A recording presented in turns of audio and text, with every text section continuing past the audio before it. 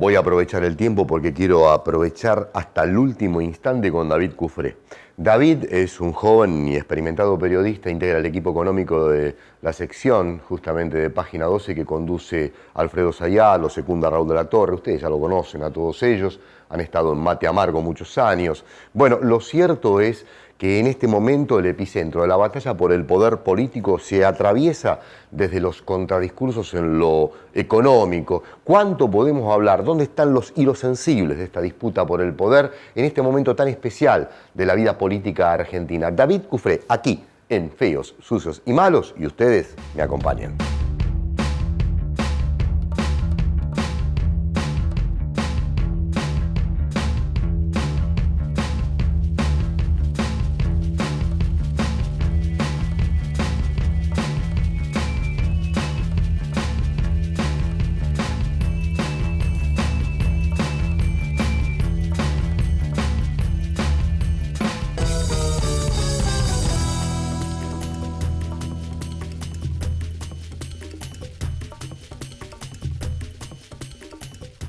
Bueno, como les dije hace un rato, David Cufré ya está aquí con nosotros y lo saludamos. ¿Cómo te va, David? Bien, Omar, muy bien. ¿Cómo va? Bueno, yo les contaba a los oyentes en la apertura sobre esta necesidad de entender lo más prolijo posible, lo más claro posible, cuáles son los puntos en disputa en la discusión por el poder, sobre todo el poder económico, en esta contingencia política, de recambio político que vivimos los argentinos, ¿no? ¿Por dónde se podría empezar? ¿Por los buitres? ¿Por la disputa en el campo de lo energético? A ver.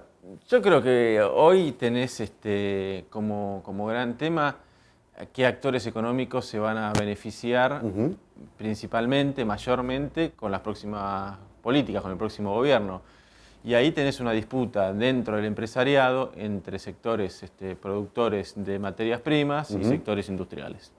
O sea, vos tenés una presión muy fuerte del sector agropecuario, o sea, los productores sojeros, los pools de siembra, el poder concentrado del campo, junto con los sectores financieros que están con vinculación con los buitres y con el poder económico financiero que conocimos en los 90, y con la industria que tiene capacidad de inserción internacional, llámense las grandes productores de la Argentina de acero o de tubos, o los grandes productores industriales que tienen capacidad exportadora mundial, que son grandes competidores, que son un puñado, que presionan por un tipo de cambio distinto, por una devaluación, por un dólar más caro, que es lo que está planteando Macri, dejar que el mercado fije el precio del dólar, frente a todo un entramado muy amplio, que es mayoritario dentro del empresariado, pero tiene menos poder, que es el sector industrial, que depende del mercado interno o de las exportaciones regionales, que está más vinculado a la integración con Brasil, con Uruguay,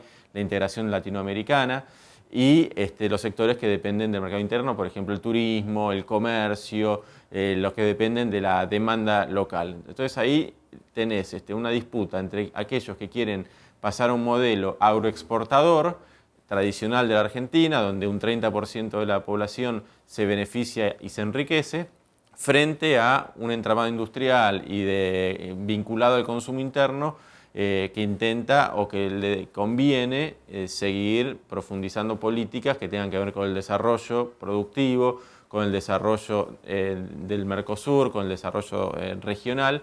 Y bueno, me parece que ahí hay un eje clave para el próximo gobierno. Dentro de eso, el sector financiero con los buitres juegan su rol, así como los medios de comunicación juegan su rol, tratando de esmerilar, de desgastar a políticas que no son las que ellos defienden o las que más les convienen. David, es muy común escuchar en los medios masivos de comunicación posiciones como este gobierno está encerrado en su necedad, no quiere abrirse a los mercados, no quiere abrirse a la atracción de grandes inversores. Ahora, cuando uno lee realmente con detenimiento la crisis que hay global, esto sucede en todo el mundo, no viajan las inversiones por el mundo en este momento, hay una contracción muy fuerte. ¿Cuál es la realidad entre los discursos de campaña que por derecha atacan una incapacidad del gobierno y la supuesta incapacidad del gobierno que está preservando hasta ahora incluso hasta las fuentes de trabajo? Bueno, América Latina, toda América Latina salvo Bolivia, Salvo Bolivia. tuvo en 2014 su peor año en 5 años. y en 2015 va a ser su peor año en 6 años. O sea, Brasil tuvo en 2014 y va a tener todavía peor en 2015 su peor año económico en 6 años. Lo mismo con Chile, lo mismo con Perú, lo mismo con Uruguay. Todos los países de América, de la región, salvo Bolivia, que en el 2012 tuvo un crecimiento importante, tuvieron en el 2015 y en el 2014 sus peores años en un lustro. O sea, no es algo de Argentina. Si uno mira más allá de la región, bueno, China está teniendo su menor crecimiento en 20 años, Europa está en un estancamiento desde hace mucho tiempo. O sea, decir que esta es una situación de Argentina, esto que dicen hace 4 años que Argentina no crece, primero que no es cierto, porque creció poquito, pero creció. O sea, no es verdad que no creció. Una cosa es no crecer y otra cosa es crecer poquito. Entre ganar 1-0 y 0-0 no es lo mismo. No es lo mismo. Digo, creció poquito, la economía tiene tensiones, la economía tiene dificultades que tiene que ver en buena medida con la situación externa y en buena medida con la necesidad de conseguir más dólares porque los que tienen no le alcanzan hoy por hoy para todas las demandas que tiene de dólares. Digo, pero es una cuestión internacional, es una cuestión global y es una cuestión regional. Digo, en ese contexto, aspirar a que venga a hacer esquemas económicos para seducir al capital extranjero, primero no tenía mucho resultado porque el capital extranjero, como decís bien, está retraído, se contiene y va a lo seguro. Hoy por hoy, uno de los problemas que sufren los países de América Latina es que los capitales están yendo hacia plazas más seguras, en teoría, como Estados Unidos. O sea, hay un reflujo de capitales de países emergentes hacia países centrales. Entonces, por ese lado no vas a conseguir nada. Y por otro lado, cuando vos entras en la dinámica de tratar de dar medidas para seducir al capital, para que vengan a invertir, siempre te van corriendo el arco. Una vez que hiciste la reforma laboral, te piden la reforma previsional. Una vez que hiciste la reforma previsional, te piden las privatizaciones. Una vez que hiciste las privatizaciones, te piden el ajuste. Una vez que hiciste el ajuste, te piden la desregulación financiera. Una vez que haces la desregulación financiera, y mientras tanto, son derechos que le van sacando a la gente y van generando una economía que en el mejor de los casos, si llega a tener un crecimiento, como pasó en los primeros años de la convertibilidad, favorecen a un núcleo muy reducido de la sociedad frente a una destrucción mayoritaria. En la convertibilidad teníamos un crecimiento del 5, 6, 7% en los primeros años, en el 92, 93, 94, con un desempleo que se fue al 18%. O sea, con ese mecanismo de hacer gestos para que el capital financiero venga al país, lo que lograste fue destruir, industria, empleo, derechos de los trabajadores y conseguiste un crecimiento económico en esos primeros años a costa de una mayoría. Así que, esos caminos ya los probamos. Me parece que una cosa es un país con una población reducida, Uruguay, que tiene 3 millones o 3 millones y medio de habitantes, y por ahí con el sector rural, más los servicios financieros, más un poquito el turismo, alcanza a darle empleo a su población. Un país que tiene más de 40 millones de habitantes como Argentina, si no desarrollas la industria, si no desarrollas el aparato productivo, no lo integrás, no lográs generar trabajo para toda esa gente. Es lo que pasó en los 90, cuando vos tuviste una economía de servicios, una economía financiera, una economía abierta al mundo, cuando funcionó, entre comillas, el esquema, que fue en los primeros años del 92, 93, 94, tuviste un crecimiento, pero con una hiperdestrucción social. Entonces, esos esquemas no funcionaron en los 90, hoy, en un mundo en crisis, menos van a Mucho funcionar. menos. Sobre todo lo que acabas de narrar, recién hablabas un poco de mantener la ocupación.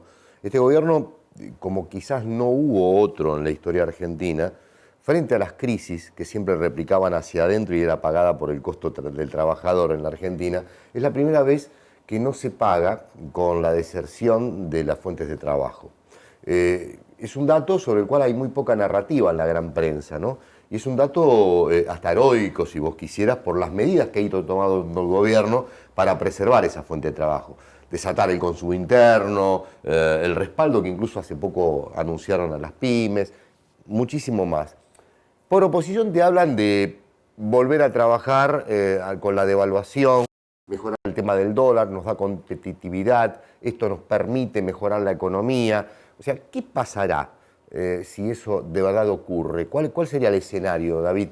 Yo veo que es difícil que pueda ocurrir. Desde lo político, veremos las elecciones que pasan. Sí, ¿no? bueno, está bien. Pero desde lo económico, difícil que pueda ocurrir, por lo menos sin resistencia social importante, porque la gente ya lo vivió. Entonces, en cuanto empiecen con las primeras medidas que quitan derechos o que van para atrás, Yo no sé si eso hoy por hoy es viable socialmente. Pero imaginemos que devalúan. Sí, imaginemos que... ¿Qué implica en el esquema Vale. la estructura económico-social hoy? Bueno, lo vimos en 2014 y lo vemos en Brasil hoy.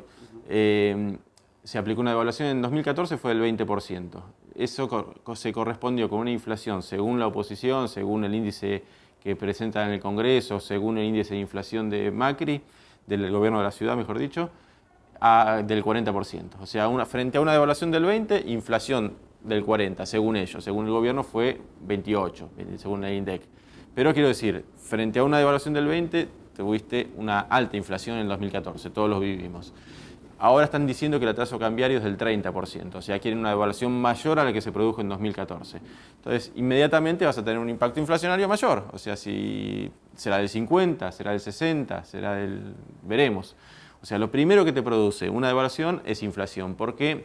Porque tenés insumos importados que son en dólares, porque tenés un corrimiento de sectores empresarios que quieren preservar su rentabilidad en dólares, entonces suben precios porque ellos dicen yo quiero ganar los mismos $10.000, $100.000 que ganaba antes o $1.000.000, entonces pongo mis precios para poder tener esa rentabilidad. Entonces tenés un impacto inflacionario muy marcado. Frente a un impacto inflacionario, ¿qué se resiente? El consumo, porque la gente, cuando las cosas aumentan, o no le alcanza o se resguarda por la incertidumbre, por el clima de descontrol económico. Frente a una caída del consumo, ¿qué empieza a afectarse? Actividades económicas que dependen del consumo. Correcto. El turismo, se habla tanto de las economías regionales. Bueno, las economías regionales dependen hoy mucho más del turismo, en muchos casos, que de las actividades agropecuarias.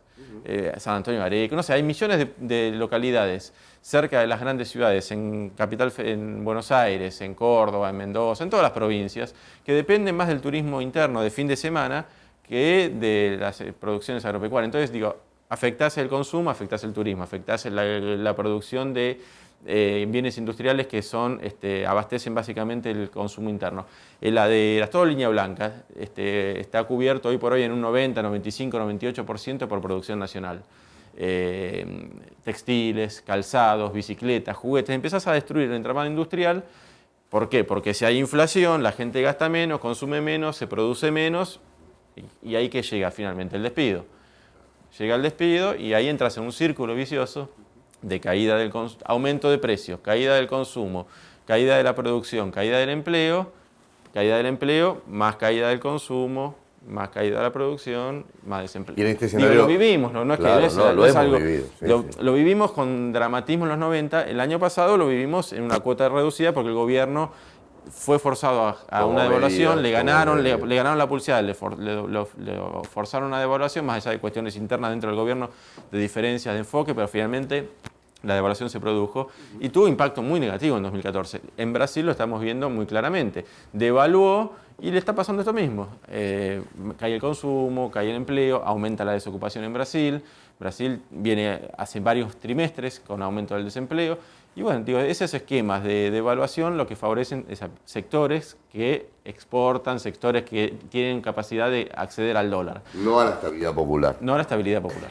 Quedan 2 minutos y te quiero pedir una reflexión ajustada, por supuesto en tiempo, sobre el escenario que vos imaginás desde tu lectura económica de continuar este gobierno en cuanto a profundizar, ajustar, mejorar, habrá que ver el escenario internacional cómo sigue, o de no continuar y que venga por derecho una versión.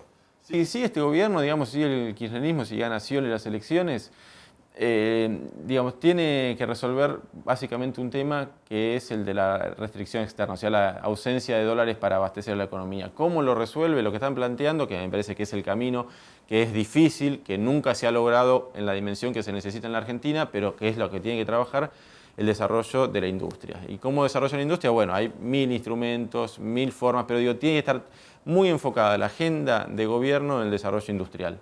Si no consigue el desarrollo industrial, bueno, vamos a vivir con estas restricciones que por momentos obligan a ajustar la economía. Ajustar la economía en el sentido de, bueno, hay menos dólares para la industria, entonces puede importar menos, entonces produce menos, pero no a niveles como produciría una devaluación. O sea, una economía que va viviendo más al día a día. Si no logra resolver el tema industrial, digamos, vamos a tener esa economía, pero digo, con niveles de consumo y de desarrollo que ya se han conquistado que se pueden preservar. David Cufré, vamos a seguir charlando en otro momento con David, porque le hemos sacado mucho, muy poquito tiempo, pero de verdad te queremos agradecer mucho esta llegada. Si vos tuvieras que plantear del UNASUR, de los países sudamericanos, ¿no? ¿Quién tiene mayor condiciones de fortaleza y quiénes mayores condiciones de debilidad? ¿Dónde depositarías la mirada? Cortito. Bueno, digamos, a ver, la empresa y la región necesita estar unida. Unida. Primero eso. Y ahí tenés, digo, están atacando mucho a Brasil porque quieren voltear a Brasil para que Brasil se desprenda del proyecto regional y vaya a un proyecto de acuerdos con la Unión Europea y con Estados Unidos, y entonces todo lo UNASUR sin Brasil no funciona. Fisurar ese proceso de unidad. Argentina tiene fortalezas, los países, bueno, Bolivia, el proceso que está haciendo Evo Morales es sorprendente, es muy gratificante. Todos los países tienen fortalezas y todos los países tienen debilidades. Argentina tiene, me parece, a su favor que ha logrado cierto desarrollo industrial que lo posicionan hoy por hoy con expectativa de dar un salto hacia adelante. Otros países están más primarizados, o sea, dependen mucho más de sus producciones de cobre o de agropecuarias o de hidrocarburos, y eso está en un paso, me parece, más atrás en estos niveles de desarrollo. Dependen más de los precios internacionales, si los precios internacionales se caen, entonces se ven más afectados, si los precios internacionales suben, tienen mejoras. Pero la región unida, consolidada, digo, tiene posibilidades de seguir mostrando lo que ha mostrado esta última década. Vamos a seguir hablando con David más adelante, vamos a seguir invitando a todos estos amigos aquí en Feos, Usos y Malos. Después del proceso electoral, sin lugar a dudas, vendrá el tema de ir siguiendo paso a paso cada parte de lo que compone esta disputa económica y va a tener que tener paciencia cada uno de nosotros en la espera, digo. Pero me parece que nos ha puesto en un escenario que nos permite comprender, resignificar, mirar a dónde conduce todo este proceso político en esta coyuntura tan particular del mundo y en especial de la Argentina políticamente. Gracias. No, al contrario, un gusto. Hasta mañana, ¿eh?